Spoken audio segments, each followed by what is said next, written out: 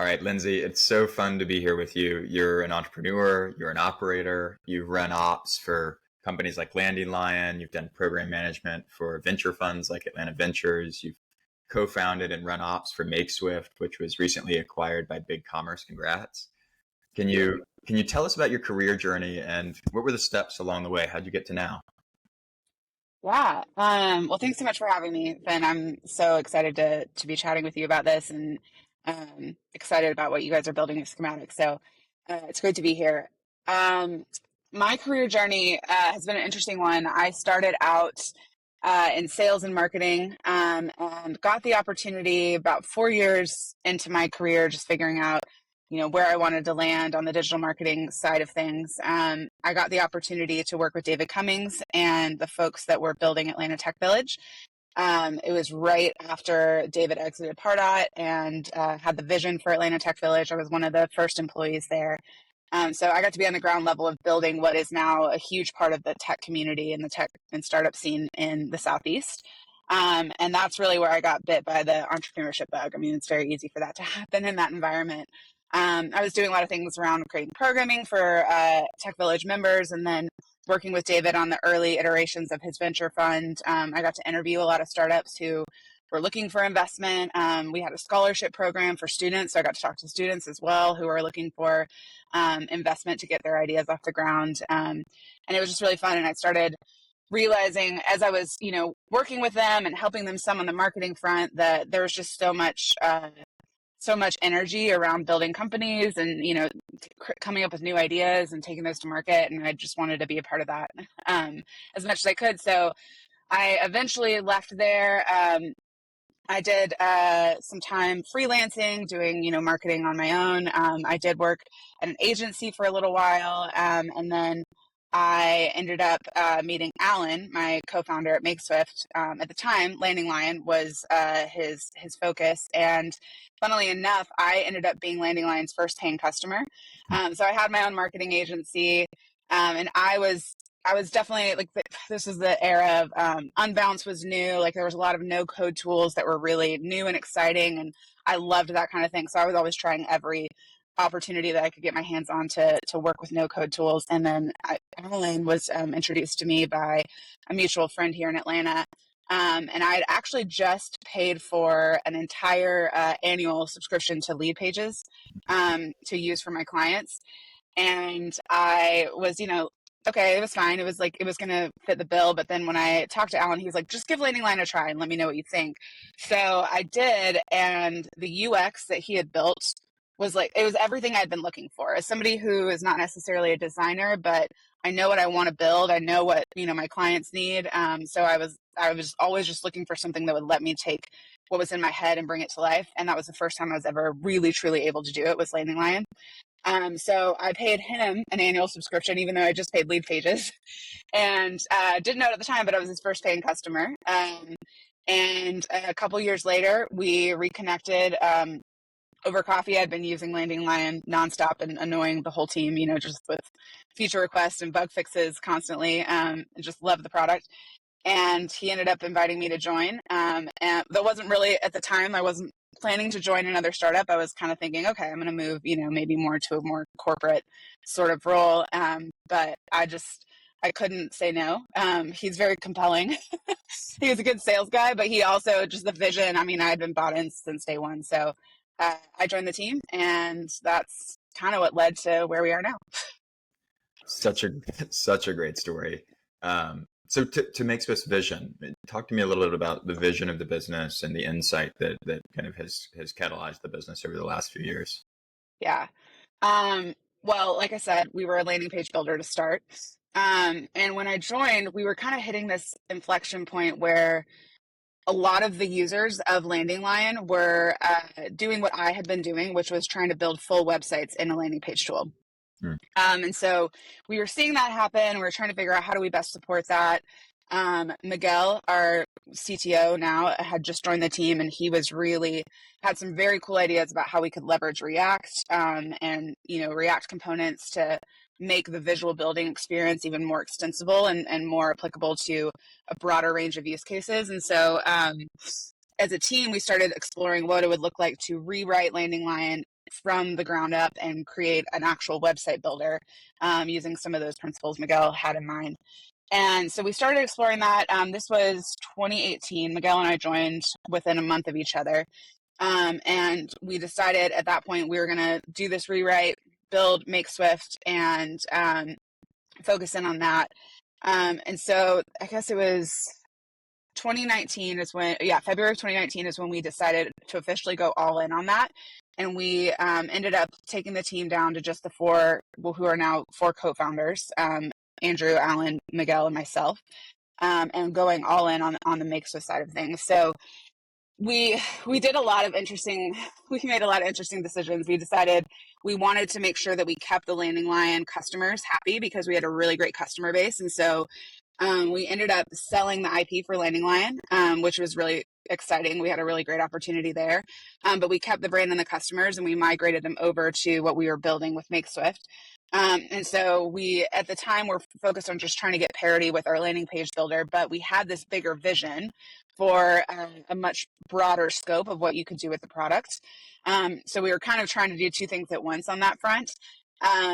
The vision that we've had since day one really has been to become the ubiquitous UX for building sites on the internet, and kind of the next iteration of that. Like I think of WordPress as the ubiquitous experience for building websites since the beginning of the internet, essentially, right?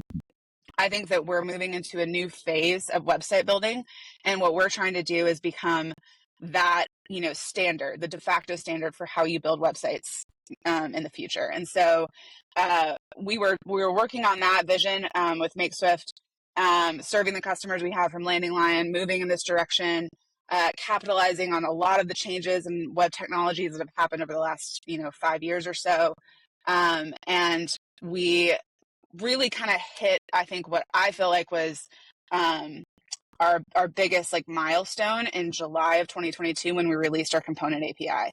So that was the first time that you could not just build, a no-code site in Makeswift, but you could actually kind of pop the hood open and extend your site with custom components. And it was a really unique experience. It still is a very unique experience right now. There's not a lot of tools that do this, but allow you to do a lot of visual building from the gate. You can get almost all the way there, visually. And then when you need something custom, if you need a bespoke component, bespoke functionality, you can just drop in that React component into the visual builder and still have that whole canvas and that visual context that the marketer needs. So once we were able to release that in July of 2020, I feel like the vision for Makeswift really started to come together. Or 2022, July of 2022 is when we released that. And then we actually started talking to BigCommerce a couple months later. So fast forward, now we're here. Well, and so it sounds like BigCommerce would share that vision. There's a next phase of how we build sites. Yeah. And that's what's actually been so cool. Joining the BigCommerce team, and really the reason that we took this opportunity was that there was so much alignment in how we saw the future of how the market is moving when it comes to website building. And they obviously are coming at it from an e-commerce space, but they have just a really, really exciting vision that was very much in line with the way we think about marketers and developers working together on websites. So what's great about the opportunity with BigCommerce for us is that we're maintaining our independence as a brand. So we continue to, we're selling to not just BigCommerce customers, but to, any marketing team that wants to visually enable their website. But with BigCommerce, we have a whole ecosystem already waiting for us, which is really great. We have partners and customers that are really hungry for this type of solution. And we're able to start really refining the e-commerce use case for our tool, which is exciting because it's a perfect place for us to play. It's hard to think of a website that people need more agility around than an e-commerce site. You need marketers to be able to make changes quickly, but your performance has to be top notch. You can't sacrifice on the quality of the infrastructure and the tech. So you really have to have best of both worlds. And I think that we kind of are the piece that brings that together for those customers. So it's really exciting. I love it. It is so compelling. When you zoom out and when you think about building Makeswift, but just building SaaS products, digital products in general, are there big market forces or inflections that you yourself are particularly interested in, compelled by, thinking about a lot? Yeah. Yeah, I love this question. I think that this is something I think about a lot. I think that especially now with AI and just the way that technology is becoming more and more accessible to every type of person and function. Um, I think marketers and other non-technical uh, folks are going to become more and more technical just naturally. I think for a long time marketers have been like, do I need to learn to code and how technical do I need to be? I think just naturally with the tools that are coming into our realm right now, we're able to become more technical more quickly. My background's in marketing, so I speak, about myself in this context a lot. But I think that as marketers become more technical and as developers understand, the ability for marketers to kind of play in that space, I see this merging of the two. It's not even emerging. I think that we talk a lot about, do we need to eliminate a developer from the marketer's workflow, or do we need to just make it only developers working on a site? What I see is that marketers are going to become more technical. Developers are going to be able to work within systems that enable marketers more, Mm. and that relationship will continue to evolve and change to where there's not as much of the silo that we've had in the past, and kind of the tension between the two roles. And so, in general, that's pretty broad. But when it comes to building websites, I see our tool obviously as a part of that move and that shift. And just kind of bridging the gap between the two and redefining how those two functions work together. So that's something that is exciting to me. I love it. Yeah, it resonates strongly. So, and I think it's a good segue too into something I'm really interested to get your take on, which is monetization and B2B SaaS. And this is a broad subject. It's a complex subject. I think monetization is getting more complex for companies to figure out how to support. A lot of this comes back to, you're trying to support multiple sales motions, product led, direct sales. You're trying to support different billing models, the rise of usage based. A lot of this comes to trying to figure out how to support a multi-product journey. Maybe you've been acquired and now you've got to figure out how to sell multiple products. Can you share a little bit about your experience with monetization and kind of what makes it challenging, what makes it complex? What have you learned? Oh yeah, so many lessons learned from over the years. I think that the biggest thing, as I was thinking about some of these questions ahead of this conversation, the biggest thing that I think that I've learned is how critical it is to bring monetization into your product strategy early.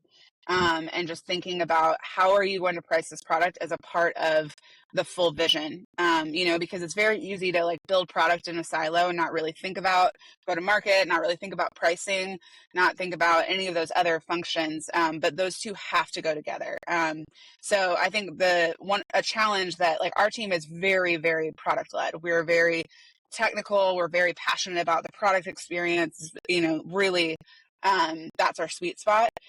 So figuring out how to, in every, product decision that we're making, also consider how are we monetizing this? How is this going to, enable growth in our product? How are we trying to sell this? Is this feature really going to be primarily sold in an enterprise selling motion, or is this going to be something that we're leveraging in a PLG motion? Having those conversations more holistically up front has been something that we didn't do it great in the beginning, and I think that we're getting better and better at that over time. And I just think that's one of the most critical things founders need to think about. To that idea of getting better constantly, the pursuit of improvement. What techniques have you found to be kind of useful in that pursuit? How can companies get better consistently around pricing, packaging, monetization as a practice? Yeah, this is like kind of just like a de facto answer, I feel like, for a lot of questions, but talking to customers, for me, that's a huge one. I have had to get over the like kind of nervousness you have as a founder to be like, okay, here's a price point. Like, how do you respond to this? Or would you be willing to pay this? Or, what do you think that our product is worth? What's the value that this would give to you? And for me, that has been such a huge help in figuring that out, because a lot of times like our assumptions are wrong. Sometimes those conversations will validate your assumptions, but a lot of times your assumptions are wrong. And I think that I've experienced, I think a lot of founders experience this, that there's like a higher willingness to pay if you're asking the right people, and so you're often underpricing your product. But then there's also times where you are valuing something and you're not communicating it effectively enough. And so, the customer isn't seeing that value. And so you can kind of really tease out a lot of those discrepancies. I think A/B testing your pricing and doing a lot of pricing experiments like that are so critical too. But I think you have to have both pieces. And I think in some ways we've almost like swung so far to testing everything and getting quantitative data around everything that we get comfortable in that. And I think there's this level of comfort that we need to continue to build up around having those conversations with customers as well. Yeah, 100% agree. Imagine we're talking in front of a room of 20 other ops leaders, products leaders that are at early stage companies. If you had to package everything you've learned about monetization into, here are the 3, 4, 5 mistakes to try to avoid, what would you say? Hmm. I would say, okay, so I think that thinking about, your products and your pricing holistically from, the get-go, like I was saying, is critical. I think also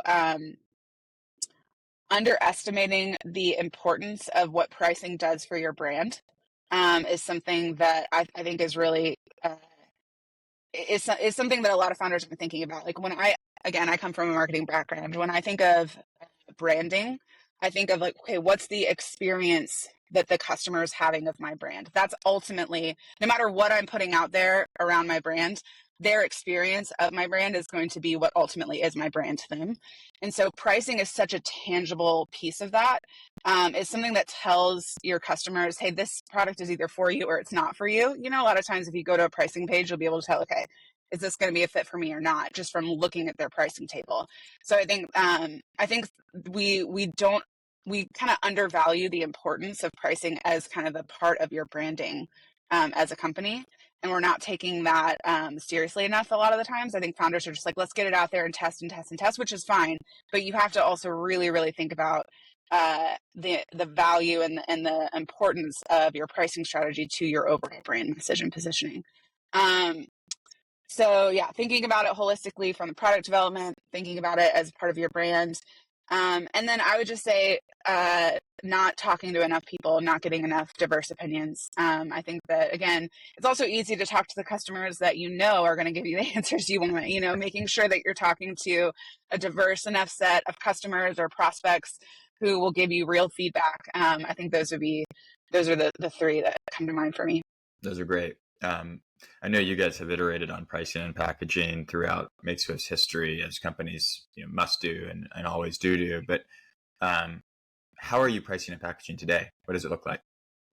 Well, we actually are just about to release an updated pricing model. We've been, as we are going to market with BigCommerce, there's just a lot of new data that we're trying to analyze. It's a new customer base for us. We really weren't focused on e-commerce prior to this. And so we've been able to leverage Price Intelligently to do a pricing study for us, which has been really great.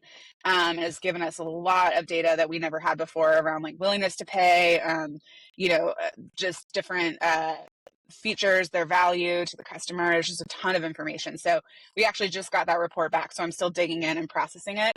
But we're about to shift our pricing model to where we have some self-service plans, and we're really focusing in on that early onboarding self-service funnel where folks can come in, start for free, and experience the value of the product, layering feature teeth in so that they move up in the pricing model at the right frequency, and then figuring out how to incorporate our pricing strategy with BigCommerce's sales team. So that's another big thing for us right now. We've gone from just me, founder selling, to we have a whole sales team now that we're enabling. So we're thinking about it from a much like broader perspective than we have in the past, where we've got this PLG motion, but we also have a full enterprise sales team, and we're trying to make sure that we have enough pricing levers to make sure that we're creating that journey in the best way possible. So yeah, it's fun. This has been top of mind because we're thinking through a lot of different elements of it right now.